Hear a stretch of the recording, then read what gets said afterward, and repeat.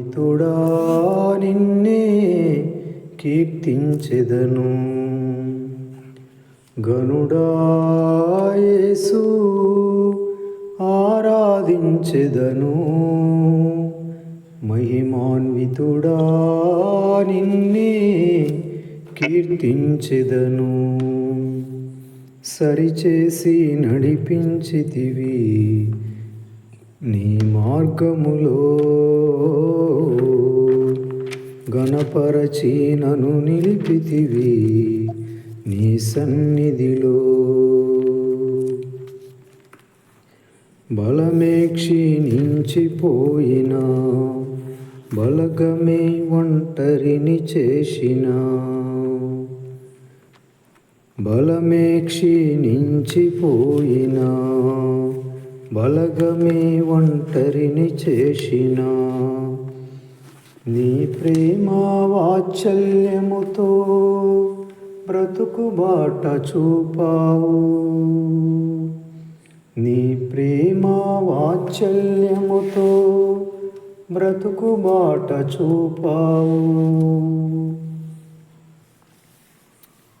గనుడా యేసు ఆరాధించెదను. మహిమాన్వితుడా నిన్నే కీర్తించెదను. ప్రభునామలో మీకు అందరికీ వందనాలమ్మా. దేవుని స్తోత్రాలు. ప్రియమైన సహోదరులారా, గత వారమంతా కూడా ప్రభువుని మాటల ద్వారా కీర్తించిన ప్రతి ఒక్కరికి పేరు పేరున శుభములు. అలాగే ఈ వారంలో కూడా ప్రభు మనల్ని అద్భుతంగా నడిపించునుగాక. ఈ వారం అంతా కూడా ప్రతి ప్రార్థనలని దీవెనకరంగా మన సరిహద్దులకి ఆన్లైన్ మోడ్లోకి వచ్చిన వారికి అందరికీ ప్రభావవంతంగా నడిపించునుగాక. ఆమేన్. ప్రియమైన సహోదరులారా, లూకాసు వార్త 11వ అధ్యాయము 42వ వచనం నుండి, అయ్యో పరిసయ్యులారా, మీరు పుదీనా సదాప మొదలైన ప్రతి కూరలోనూ 10వ వంతు చెల్లించుచున్నారే గాని న్యాయమును దేవుని ప్రేమను విడిచిపెట్టుచున్నారు. వాటిని మానక వీటిని చేయవలసి ఉన్నది. లూకాసు వార్త 11వ అధ్యాయము 42వ వచనం. సులభ తర్జుమాలో చూస్తే, మీరు మీ తోటలో పండిన పుదీనా సదాప మొదలగు కూరగాయల యొక్క 10వ వంతు దేవునికి ఇస్తారు, కానీ న్యాయాన్ని దేవుని ప్రేమని నిర్లక్ష్యము చేస్తున్నారు. కనుక మీకు శ్రమ. 10వ వంతు ఇవ్వటం మానుకోకుండా న్యాయాన్ని దేవుని ప్రేమను కూడా అలవరుచుకోవలసింది అని సులభ తర్జుమాలో ఉంది. ప్రియమైన సహోదరులారా, చాలామంది ప్రభువుకిచ్చే దశమ భాగంలో ఆ దశమ భాగంతోనే ఇంకా మేమేదో దేవునికి లోబడుతున్నాము అన్నట్లుగా దశమ భాగాన్ని కూడా ఒక మతాచారంగా మార్చినారు. దశమ భాగం అక్కడ సుంకరి పరిసయ్యుడు ఆ ప్రార్థనలో వాళ్ళిద్దరూ, ముందుగా పరిసయ్యుడు, ప్రభువా నేను వారానికి 2 సార్లు ఉపవాసం ఉంటున్నాను, అలాగే తప్పకుండా దశమ భాగాన్ని ఇస్తున్నాను అని అతను ప్రభువుకి చెప్పాడు. అయితే దశంభాగం ఇవ్వడము తప్పు కాదు. ప్రభు ఏమంటున్నాడు, మీరు దశంభాగాన్ని ఇవ్వడం మంచిదే, కానీ దానికి తోడుగా న్యాయాన్ని, దేవుని ప్రేమను కూడా మీరు కలిగి ఉండండి. మామూలుగా దశంభాగం ఇస్తే ఖచ్చితంగా ఆర్థికంగా ఎవరైనా కూడా దీవించబడతారు. చాలామంది ఏమనుకుంటారంటే, ఫైనాన్షియల్గా బ్లెస్ అయితే, ఆర్థికంగా ఒడిదుడుకులు లేకుండా ఉంటే ఇక దేవుడు మమ్మల్ని దీవిస్తున్నాడు, మాకంతే చాలు అనుకుంటారు. అంటే 10వ వంతు ఇస్తున్నావు కాబట్టి ఖచ్చితంగా ఆర్థికపరమైన ఒడిదుడుకులు తొలగిపోతాయి, ఆర్థికంగా వర్ధిల్లుతారు. కానీ అదే ఆశీర్వాదము ఇంకా మేము దేవునికి ఇష్టలము అని అనుకోకూడదు. సాక్షాత్తు మన ప్రభువే, మీరు దశంభాగాన్ని ఇస్తున్నారు, వాస్తవమే, మంచిదే. మీ తోటలో పండిన కూరగాయలు కానీ, మరి ఏదైనా ధాన్యాలు కానీ, మీకు వచ్చిన జీతాల్లో కానీ, మరి ఎక్కడైనా తప్పకుండా మీరు 10వ వంతు దేవునికి ఇస్తారు. కానీ న్యాయాన్ని, దేవుని ప్రేమని నిర్లక్ష్యం చేస్తున్నారు కనుక మీకు శ్రమ. చూశారా? దశంభాగాన్ని ఇవ్వడం వలన ఆర్థికంగా మనకు మంచి భరోసా, సామర్థ్యము, ఆర్థిక వనరులు ప్రభువు కలుగచేస్తాడు. అలాగే దానికి తోడుగా న్యాయము, దేవుని ప్రేమ కూడా తప్పకుండా మనం కలిగి ఉండాలి. దేవుని ప్రేమ, న్యాయము అనేది లేకుండా దశంభాగం ఇస్తున్నానని ఆర్థికంగా దీవించబడితే ఇంకా అదే దేవునికి నేను ఇష్టునిగా ఉన్నాను అని అనుకోవడం పొరపాటు. విదేశాలలో ఉద్యోగాలు చేసే వాళ్ళ కంపెనీ నుండి నేరుగా వాళ్ళు వెళ్ళే ఆరాధన మందిరాలకి, చర్చిలకి అకౌంట్లోకి వెళ్ళిపోతాయి దశంభాగాలు. అక్కడ అట్లాగా రూల్స్ పెట్టారు. కానీ మన దేశంలో దశంభాగాలంటే పెద్ద ధర్నా, దాన్ని దుమారం లేపుతున్నారు.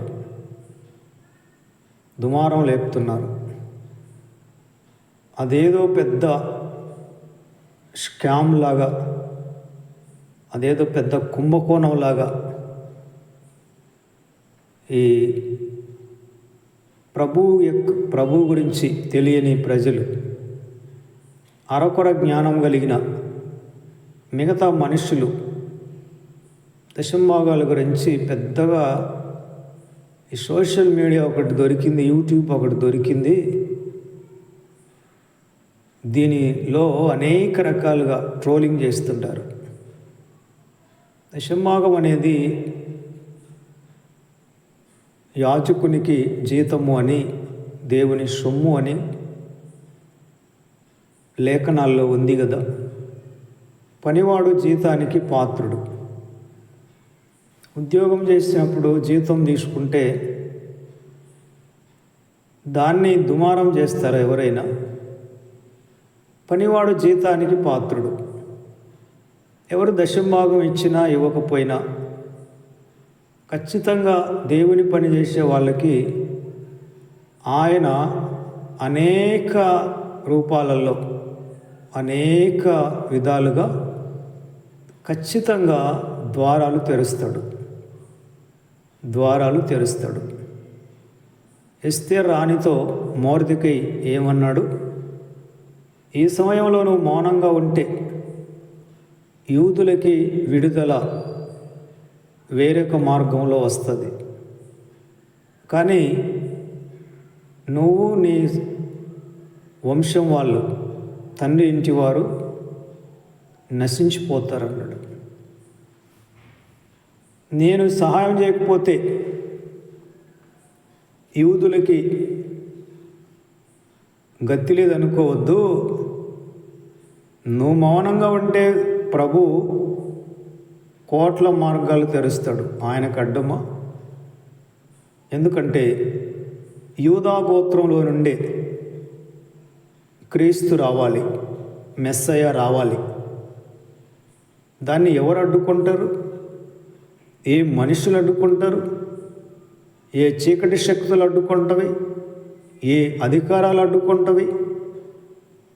ఏ భూమి ఆకాశము గతించిపోయిన, తలకిందులైపోయిన యూదా గోత్రంలో నుండి రక్షకుడు మెస్సయ్య క్రీస్తు రాకుండా అడ్డుకోలేరు. ఆదికాండం 3:15 నుండి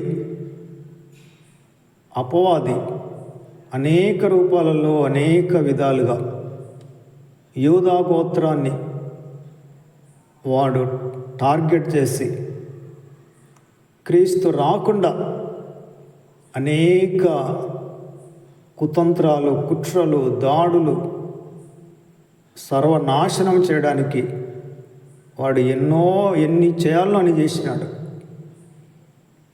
ఎన్ని చేయాలో అన్ని చేసినాడు. ఎన్ని చేసినా యూదా గోత్రంలో నుండి మెస్సయ్య వచ్చినాడు. ప్రియమైన సహోదరులరా, రకరకాలుగా ట్రోలింగ్ చేస్తూ ఉంటారు. దశంభాగం అనేది ఒక వ్యక్తి జీవితంలో ఆర్థికపరమైన వనరులని తనకి కలగచేస్తుంది. మనము ఏం విత్తుతామో అది కోస్తాం. గ్లాసులతో విత్తితే గ్లాసులతో కోస్తాం, ముంతలతో విత్తితే ముంతలతో కోస్తాం, బాణలతో విత్తితే బాణలతో కోస్తాం. ఇలా చెప్తున్నానని నాకు డబ్బు పిచ్చి పట్టిందని అనుకోవద్దండి. నేను ఎప్పుడో చెప్పాను, నాకు పెళ్ళి మాట్లాడేటప్పుడు మా పెద్దవాళ్ళు 2008లో 5 లక్షలు కట్నం అడిగినారు. ఇంకా భాస్కర వాళ్ళు భయపడిపోయి మా వల్ల అంత కాదు, మేము ఇవ్వలేం అనేసి ఇంటికి పోయి ఇంకా సైలెంట్ అయిపోయినారు. కానీ దేవుని చిత్తం నాకు తెలిసింది కదా. కాబట్టి ఒక 2 వారాల తర్వాత నేనే ఫోన్ చేశాను భాస్కర్కి. మీరు ఫోన్ చేయలేదు, మరి ఎందుకు, మీరు ఏం సంగతి చెప్పలేదు, ఏమిటి సంగతి అని అడిగితే చెప్పాడు, ఏం లేదు, మీ వాళ్ళు చాలా డబ్బులు అడిగారు, మేము అంత ఇవ్వలేము, కాబట్టి ఇది మాకు అసాధ్యమని అనుకున్నాము, కుదరని పని అనుకున్నాము అన్నాడు. అయ్యో, మీరు అలా చేశారా? నేను డబ్బు మనిషిని కాదు, దేవుని మనిషిని. మా వాళ్ళు అడుగుతారు, కానీ నేను చూసుకుంటాను, మీరు రండి, మీరు వచ్చి మామూలుగా మాట్లాడుకోండి, డబ్బు విషయంలో మా వాళ్ళని నేను మేనేజ్ చేస్తాను, మీరు రండి, నేను డబ్బు మనిషిని కాదు, దేవుని మనిషిని అని చెప్పాను. ఆ మాట నమ్మి వచ్చారు. అయితే మా పెద్దవాళ్ళు అడిగారు, మా పెద్ద నన్ను అడిగాడు, లేదు, నేను సేవకుణ్ణి, విశ్వాసిని, క్రీస్తుని వెంబడించేవాడిని, కట్నము డిమాండ్ చేసి వివాహం చేసుకోకూడదు, అది మాకు తగదు. వాళ్ళు ఎంత మనస్ఫూర్తిగా ఇస్తే ఇవ్వని, లేకపోతే లేదు, కానీ డిమాండ్ చేయకూడదు మీరు అన్నాను. మా పెద్ద నాన్న అన్నాడు, నువ్వేం సంపాదించినావు అని గట్టిగా అరిచాడు. కానీ మా ఇంకొక ఆయన చిన్న ఆయన మైసూరు చిన్న ఆయన అన్నాడు, అన్న వాడిని ఇబ్బంది పెట్టద్దు, సరే వాడు వద్దంటున్నాడు కదా మనమే సైలెంట్ అయిదాం, పెళ్ళి జరగనీలే అన్నాడు. డబ్బుల గురించే ఆలోచన చేయొద్దు, వాడికి ఇష్టమైంది చేసుకుంటున్నాడు కాబట్టి మనం అతని అభిప్రాయాన్ని గౌరవిద్దాం అన్నాడు. అంతే. ప్రియమైన సహోదరులరా, ఒక సేవకుడిగా ఒక యాజకుడిగా వాస్తవాన్ని చెప్పాలి. దశమభాగం గురించి చాలా ట్రోలింగ్ చేసేటప్పుడు యూట్యూబ్లో నేను దాని గురించి ఒకరోజు ఒక సందేశాన్ని చెప్పాలని నేను అనుకున్నాను. ఉద్యోగస్తులకి జీతాలు ఎలా ఇస్తారో దశమభాగం అనేది కూడా సేవకులకి జీతం లేదు, ఇవ్వబాకండి, అదేం డిమాండ్ చేయలేదు. దేవుడు పనిచేసే వాళ్ళకి ఖచ్చితంగా వేల కోట్ల మార్గాలలో ఆయన ద్వారాలు తెరుస్తాడు. ఇన్ని సంవత్సరాలలో నాకు దశమభాగం ఇచ్చేవాళ్ళు ఎంతమంది ఆగిపోయినారు, కానీ ఎంతమంది ఆగిపోయినా మళ్ళీ ద్వారాలు, కొత్త మార్గాలు, కొత్త ద్వారాలు తెరుస్తున్నాడు ఆయన. ఎందుకంటే పనివాడికి జీతం రుణమే కానీ అది దానం కాదు. పనివాడు జీతానికి పాత్రుడు. పని చేయకుండా నాకేం అవసరం లేదు. ఎవరైనా కూడా పని చేయకపోతే వాళ్ళకేమి రాదు. పైగా సంఘాన్ని తిట్టుకుంటుంటారు, ఈ సంఘం వాళ్ళు పేదోళ్ళయ్యా, వీళ్ళు ఇవ్వలేరు, ఇది బీద సంఘం అంటుంటారు. కానీ పని చేస్తే కదా, ఏ పని చేసినా ఏ కష్టం చేసినా కూడా లాభమే వస్తుంది. ఎంత పని చేస్తే అంతగా జీతం వస్తుంది. పని చేయడం ఒక్కటే, ఆ పనిలో నమ్మకంగా, నాణ్యతగా, శక్తి లోపం లేకుండా చేయాలి. డబ్బు కోసం పని చేయకూడదు, పని కోసం జీవించాలి. జీతం కోసం ఉద్యోగం చేస్తే వాళ్ళు ఎవరికి ఆదర్శంగా, మాదిరికరంగా ఉండరు.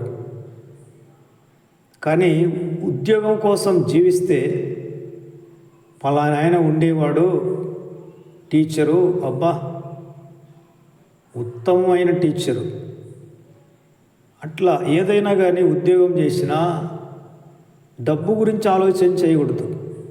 ఎక్కడ డబ్బులు ఎక్కువ ఇస్తే అక్కడ వెళ్ళి పని చేయడం అట్లా కాదు. చేసే పనిలోనే దొరికిన అవకాశం చిన్నదైనా నమ్మకంగా చేస్తే, కొద్దిలోనే నమ్మకంగా ఉన్న వారికి మిక్కిలి అనేకమైన వాటి మీద ప్రభువు వాళ్ళకి స్వాస్థ్యంగా ఇస్తాడు. అనేకమైన వాటి మీద మిక్కిలి ఎక్కువైన వాటిలో ఆ వ్యక్తికి అవకాశం ఇస్తాడు. ప్రియమైన సహోదరులరా, చిన్న పని అని తక్కువ డబ్బులోని దాన్ని మానుకోకూడదు. మేము చదువుకున్నప్పుడు చిన్నప్పుడు మా ఊర్లో ఒక ఆయన రామరెడ్డి సార్ అని ప్రొద్దుటూరు అవతల, అక్కడి నుంచి పాపం ఆయన తెలుగు పండిట్. ఈరోజు నేను తెలుగు అంతో ఇంతో మాట్లాడగలుగుతున్న పదాలు తెలుసుకుంటున్నానంటే ఆయన పునాది. అలాగే 10th క్లాసులో పద్మిని మేడం. అయితే ఆయన మా ఊరికి వచ్చినప్పుడు పాపం వాళ్ళ ఇంటి దగ్గర నుండి జొన్నలు తెచ్చుకొని రొట్టెలు చేసుకొని చాలా తక్కువ, నెలకి 200 ఎంతో జీతం. అయినా కూడా ఇంటి దగ్గర నుండి జొన్నలు తెచ్చుకొని తెలుగు పండిట్గా పనిచేసినాడు. తర్వాత హెడ్ మాస్టర్ అయినాడు. ఈరోజు మఠంలోనే చక్కగా ఇల్లు కట్టుకొని అక్కడే సెటిల్ అయినాడు. ప్రియమైన సహోదరులరా, తక్కువ అని దాన్ని చులకన చూడకూడదు. నాణ్యతగా పనిచేస్తే ఖచ్చితంగా నిశ్చయముగా నీ చేతుల కష్టార్జితాన్ని నువ్వు అనుభవిస్తావు. మీరేం పెంచండి అని ధర్నా చేయాల్సిన అవసరం లేదు. ముఖ్యంగా మన సహోదరులు గల్ఫ్ దేశాల్లో ఉన్నారు కదా, మీరు నమ్మకంగా పనిచేయండి. మీ షేట్, మీ మేడం, మీ మామ్ వాళ్ళే మీకు దయ చూపించి పిలిచి మరీ పెంచుతారు, మీకు దినార్లు పెంచుతారు. పని చేయకుండా సోమరిగా ఫోన్లు మాట్లాడుకుంటూ వాళ్ళు చూసినప్పుడు యాక్షన్ చేస్తే వాళ్ళు అనుకుంటారు నీకు జీతం పెంచంలే అని. వాళ్ళు కూడా అలాగే ఉంటారు. కానీ నమ్మకంగా పనిచేసే వాళ్ళు ఎవరైనా ఎక్కడైనా వాళ్ళు ఇవ్వాల్సిన పనులే వాళ్ళకి ప్రభువే మెడబట్టి గల్లబట్టుకొని తన బిడ్డలకి ఎంత కష్టపడ్డారో అంత కష్టపడిన దానికి ఖచ్చితంగా జీతం ఇప్పిస్తాడు. Praise the lord. దేవునికి స్తోత్ర. మనకు వాగ్దానం ఉంది కదా, నిశ్చయముగా నీ చేతుల కష్టార్జితాన్ని అనుభవిస్తావు. కష్టమే చేయకుంటే ఏం అనుభవిస్తావు? కష్టమే చేయకపోతే జీతం ఎలా పెంచుతారు? నేను ఆసనపల్లి కొత్తగా వెళ్ళినప్పుడు దానికి ప్రహరీ గోడ లేదు, అంతా ఓపెన్ రోడ్డు కింది మందిరం. నేను అది చూడలేక ఈ పట్టలు తెచ్చి ఆదివారం పట్టలు తెచ్చి అడ్డం కట్టాను. ఒక 4-5 పట్టలు తెచ్చి ఒక వారం 2 వారాలు కట్టిన తర్వాత నా కలలో ఏమని స్వరం వినబడుతుందంటే, నువ్వు నమ్మకంగా పనిచేస్తున్నావు, నేను నీకు జీతం డబల్ పెంచుతున్నాను అన్నాడు. ప్రియమైన సహోదరులారా, అదే పట్టలు ఈ రోజున మొత్తం ప్రహరీ గోడ అయిపోయింది. దానికంటూ ఒక ప్రహరీ గోడ, ప్రాకారము, ఒక హద్దు, మందిరానికి ఒక రూపం అనేది ఏర్పడింది. నిజంగా ఎండాకాలంలో ఎంత చల్లగా ఉంటుంది, ఎన్ని చెట్లున్నాయి మందిరం దగ్గర. దేవునికి స్తోత్రం, హల్లెలూయా. ప్రియమైన సహోదరులారా, మనం పని చేయకుండా ఓరక జీతం పెంచలే వాళ్ళు మొండి వాళ్ళు, కఠినుడు, చాలా మూర్ఖుడు అని అనకూడదు.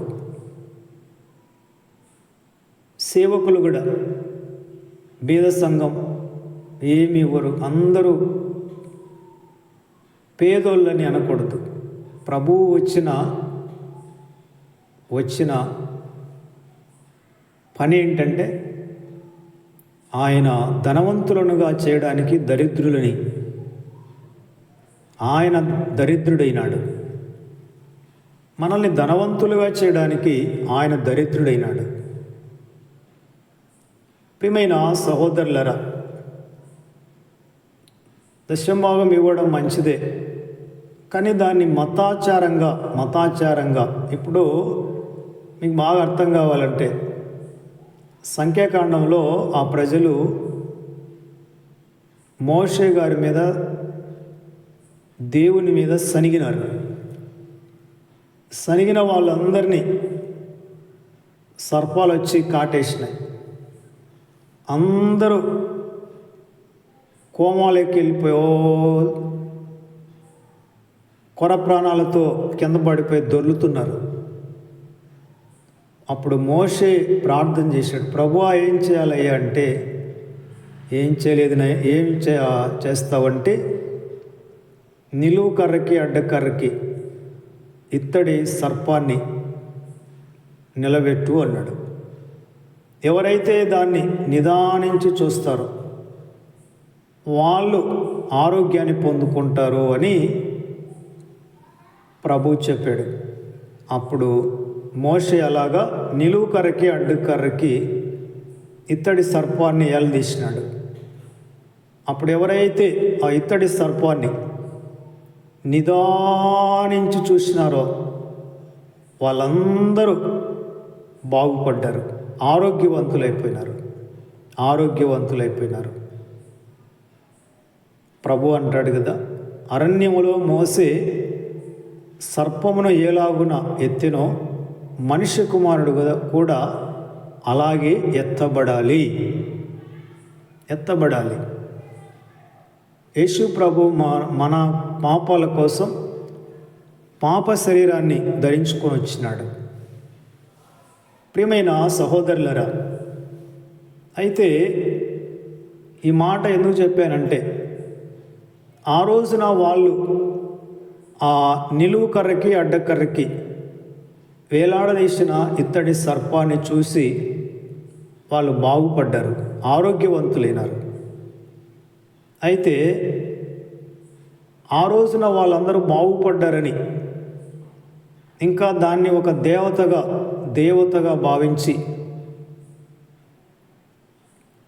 దేవతగా భావించి హిజ్కియా కాలం వరకు దాన్ని పూజలు చేస్తూ వస్తూ ఉంటారు. అయితే హిజ్కియా వచ్చినప్పుడు రావడమే ఇత్తడి సర్పాన్ని ధ్వంసం చేసి బూడిద చేసి పారేసి దాన్ని కెద్రోను వాగులో చల్లి పారేసినాడు. దీన్ని మీరు దేవతగా భావించి ఎప్పుడో అరణ్యంలో మోషే కాలంలో అద్భుతం స్వస్థతలు జరిగినాయని ఇప్పుడు మీరు ఇత్తడి సర్పాన్ని చూసి పూజలు చేస్తారా అని దాన్ని కాల్చి బూడిద చేసి ఆ బూడిదను కెద్రోను వాగులో చల్లినాడు. ఎందుకంటే వాళ్ళు దాన్ని ఒక మతముగా దేవతగా భావించి పూజ చేస్తున్నారు.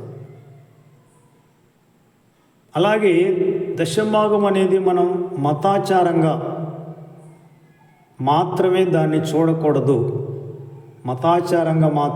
చూడకూడదు. పరిసయ్యులు దశంభాగం ఇవ్వరా అంటే ఇస్తారు. పరిసయ్యుడు చెబుతున్నాడు కదా, నేను వారానికి 2 సార్లు ఉపవాసం ఉంటున్నానయ్యా, అలాగే క్రమం తప్పకుండా దశంభాగం ఇస్తున్నానయ్యా అంటున్నాడు. ప్రభు ఇక్కడ మీరు దశంభాగం ఇస్తున్నారు, మీకు వచ్చిన పంటలో కానీ ధాన్యంలో కానీ మరి దేంట్లోనైనా దేవునికి 10వ వంతు ఇస్తున్నారు. 10వ వంతు అనేది యాజకునికి చెందుతుంది, అది యాజకునికి జీతం. కానీ మీరు న్యాయాన్ని, దేవుని ప్రేమను నిర్లక్ష్యం చేస్తున్నారు. మనం ఏది చేసినా కూడా న్యాయం ఉండాలి.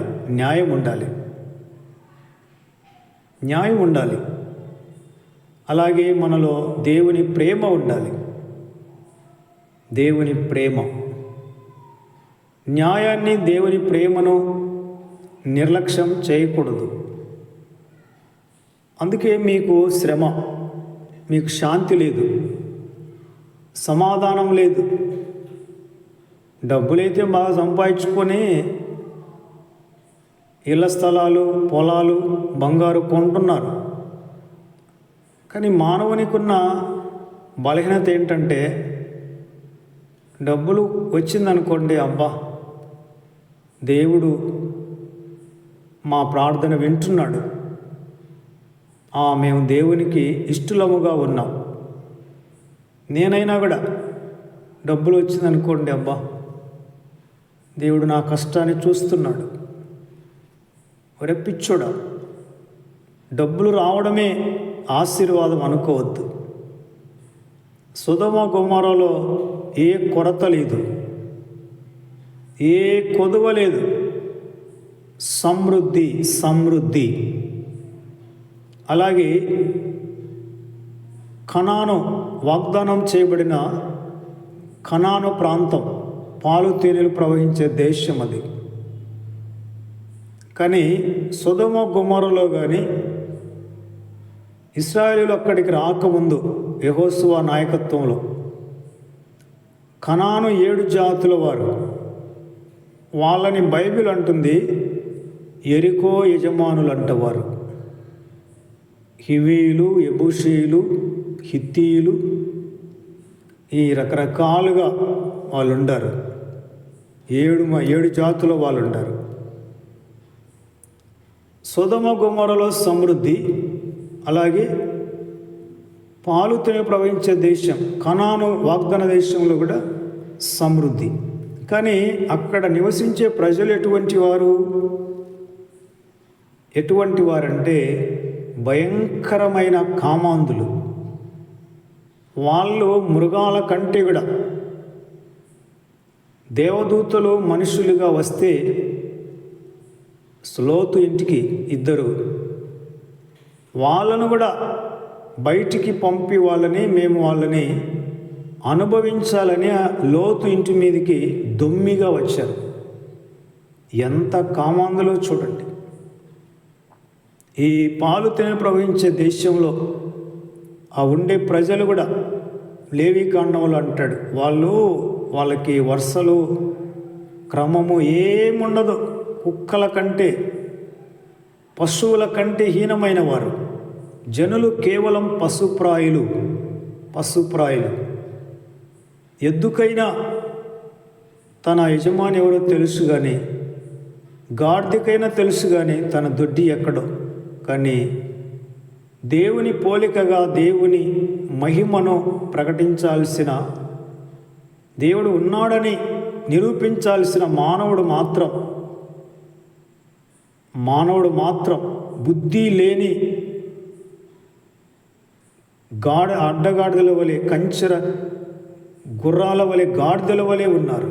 విపరీతమైన బుద్ధిహీనులుగా ఉన్నారు. అలాంటి ప్రాంతం. కానీ అక్కడ చూస్తే ఏమీ కొదవలేదు. పాలు తేనెలు ప్రవహించే దేశం అది. పశువులు వెళ్తుంటే, పాడి పశువులు పాలు రోడ్ల వెంబడి కారిపోతుంటాయంట. ఎంత సమృద్ధి. కానీ మనుషులు చూస్తే భయంకరమైన వాళ్ళు. ప్రియమైన సహోదరులారా, మనకు వచ్చే ఆస్తులు కానీ, ఐశ్వర్యాలు కానీ, ఆర్థికపరమైన వనరులు సమకూడటం అదే ఆశీర్వాదం అనుకోవద్దండి. మనలో న్యాయం ఉండాలి, దేవుని ప్రేమ ఉండాలి. దేవుని ప్రేమ ఉండాలి. వాటిని నిర్లక్ష్యం చేయకూడదు. నాలో న్యాయం ఉందా, నాకు న్యాయం ఉందా, నీతి ఉందా, నాలో దేవుని ప్రేమ ఉందా? చాలామంది వాటిని నిర్లక్ష్యం చేస్తున్నారు. అందుకే ప్రభు అంటున్నాడు, 10వ వంతు ఇవ్వటం మానుకోకుండా న్యాయాన్ని, దేవుని ప్రేమను కూడా అలవరుచుకోవలసి ఉంది. మీరేమి 10వ వంతు మానుకోవద్దు. దానితో పాటు దేవుని ప్రేమని, న్యాయాన్ని కూడా మీరు కలిగి ఉండండి. మనం ఏదైనా పని చేస్తే అందులో న్యాయం ఉండాలి, అందులో నీతి ఉండాలి. తల్లిదండ్రుల్ని బాధపెట్టి ఏడిపించుకొని ఎన్నిసార్లని, ఎంతసేపు అని వాళ్ళని ఏడిపించుకొని అవసరతలు తీర్చుకుంటారు, వెండి బంగారాలు కొంటారు. ఒకవేళ వాళ్ళు ఇష్టపూర్వకంగా మనకి ఏదైనా ఇస్తే అయినా కూడా లేదు, మీరు ఉంచుకోండి వద్దు అని అనడంలో న్యాయం ఉంది. అట్లా కాకుండా వాళ్ళ మీదికి మారుకొని వాళ్ళ నానా మాటలని, వాళ్ళని కన్నీటికి బదులుగా రక్తము కారినట్టుగా వాళ్ళని దుఃఖ పెడితే అది మంచిది కాదు. ప్రియమైన సహోదరులారా, ప్రతిదానికి నన్ను చెప్పుకుంటున్నాను, మీరేం విరక్తి చెందొద్దు. అంటే నా గురించి చెప్పుకోకుండా వేరే వాళ్ళ గురించి చెప్తే వాళ్ళు నా మీదకి రారు. అందుకే నేను నా గురించి నేను చెప్పుకుంటాను. పక్కన వాళ్ళ గురించి చెప్తే వాళ్ళు ఏదయ్యా నువ్వు మా గురించి చెప్తావు, నీకేం అవసరం అంటే నేను నోరు మూసుకోవద్దు.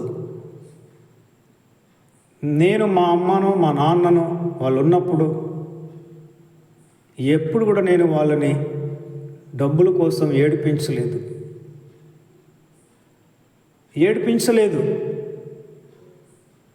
దేనికోసం ఏడిపించలేదు, నేను ఏడిపించలేదు. కానీ నాకేమి వాళ్ళు తక్కువ చేయలేదు. అడగంది అమ్మాయిన పెట్టద్దు అని అంటారు, కానీ అడగకపోయినా మా అమ్మ పెట్టేది. నిజం చెప్తున్నాను. అలాగే మా అమ్మలాగే యేసు ప్రభు కూడా నేను ఏదైనా ఇది లేదు అని ఆలోచన చేస్తే దాని గురించి బాధపడితే ఇప్పుడు ప్రభు కూడా నాకు సమకూరుస్తున్నాడు. అమ్మైనా పెట్టదంటారు లోకం, కానీ మా అమ్మ పెడుతుంది. నేను పొద్దున్నే రెడీ అవుతుంటాను, వెంటనే మా అమ్మ తెలుసుకుంటుంది వీడు పస్తైన వెళ్ళిపోతాడు అని. త్వరగా ఏదో ఒకటి ఆమె ఏం చేసినా మధురంగా ఉంటుంది. చింతపండు కారం దంచినా మధురంగా ఉంటుంది. అదే తిని అదే క్యారీలు ఎత్తుకొని పోయేవాడిని. అంటే ఆమెకు నేను చెప్పను, ఆమెను ఎప్పుడు నేనేం బెదిరించను. కానీ ఆమెకు ముందుగానే ఆమె రెడీగా చేసి పెట్టుంటుంది. ఇప్పుడు నేను మా అమ్మ ఫోటో కింద ఉండి ఈ వాక్యం చెప్తున్నాను. ఇక్కడ మా అమ్మ మా నాన్న అలాగే మా టీచర్ అన్నయ్య ఇక్కడే 3 ఫోటోలు ఉన్నాయి. వాళ్ళ దగ్గరే నేను ఉండి చెబుతున్నాను. దేవుని స్తోత్రం. యేసు ప్రభు కూడా అమ్మ నాన్నల అలాంటి మనస్సు నేను చూశాను. నేను యేసు ప్రభువులో అమ్మని నాన్నని చూశాను. అందుకే నేను పాటలు రాశాను కదా, అమ్మ లేని నాకు అమ్మవైనావు, తండ్రి లేని నాకు తండ్రివైనావు అని నేను పాట రాసుకొని ఆయన్ని ఘనపరుస్తున్నాను. మనకు న్యాయం ఉండాలి. మనం ఎవరిని పీడించకూడదు. కొంతమంది భర్తను కూడా పీడిస్తారు. కొంతమంది స్త్రీలు. లేదు, మనకు ఎవరైనా ఏదైనా ఇచ్చారంటే వారు సంతోషంగా ఇవ్వాలి. వాళ్ళు బాధపడతా మనం వాళ్ళని బాధ పెట్టి, వాళ్ళని టార్చర్ పెట్టి, వాళ్ళని నానా మాటలని ఏది తీసుకోకూడదు. ఒకవేళ వాళ్ళు మన మీద ఇచ్చేటప్పుడు కొనుక్కుంటా ఇచ్చినా కూడా మనకొద్దు. ఎవరికి కావాలా? ఇచ్చేదేదో ప్రేమగా ఇవ్వాలి. అంతేగాని కొనుక్కుంటా నాకు అవసరమా, నాకేమొద్దు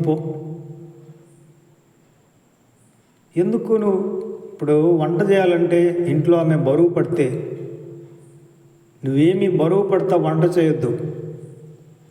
నీకు సంతోషంగా ఉంటేనే వంట చేయి. అంతేగాని నువ్వు కొనుక్కుంటా గోక్కుంటా ఇబ్బందికరంగా నువ్వేమీ వంట చేయొద్దు. ప్రేమతో చేయి, సంతోషంగా చేయి. లేదనుకో సైలెంట్గా ఉండు. ఏదో అన్నము నీళ్ళైనా కలుపుకొని ఎర్రగడ్డతో తినిపోతాం. అంతేగాని నువ్వు ముఖం మార్చుకొని కొనుక్కుంటా సనుక్కుంటా చేయాల్సిన అవసరం లేదు. ప్రియమైన సహోదరులరా, మనకు న్యాయం ఉండాలి. ఇది నీకేమైనా న్యాయమా అంటారు. నీకేమైనా న్యాయమా అని. టైం 9 దాటిపోయింది. మిగతా విషయాలు ప్రభు చిత్తమైతే తర్వాత విందాము. నేను ఐఎంఓలో ఉదయకాలం చాలాసార్లు రాలేకపోతున్నాను, నన్నేం అనుకోవద్దు అని అర్థం చేసుకోండి, మన్నించండి, కొనసాగించండి. ఖచ్చితంగా నేను వస్తాను. మీరు నన్ను అర్థం చేసుకోండి. సహోదరులారా, బల్లా కొరకు సిద్ధపడున్న వారి కోసం చిన్న ప్రార్థన చేస్తాను. తండ్రి, ప్రభువా, రక్షకుడా, మహోన్నతుడా, మీకు వందనాలయ్యా, స్తోత్రాలయ్యా. నైనా మా కొరకు మీరు రక్తం చిందించారు, మీ శరీరాన్ని అర్పించారయ్యా. ఈ సమయంలో మందిరం అందుబాటులో లేక గల్ఫ్ దేశాల్లో మరి దూర ప్రాంతాల్లో ఉన్న మా సహోదరులు వారున్న చోటే వారి చేతిలో రొట్టెను రసమును కలిగి ఉండగా దీవించండి నాయన. మీ పునరుత్థాన బలంతో నింపండి నైనా. మీకు వందనాలు. వాళ్ళు పనిచేసే చోట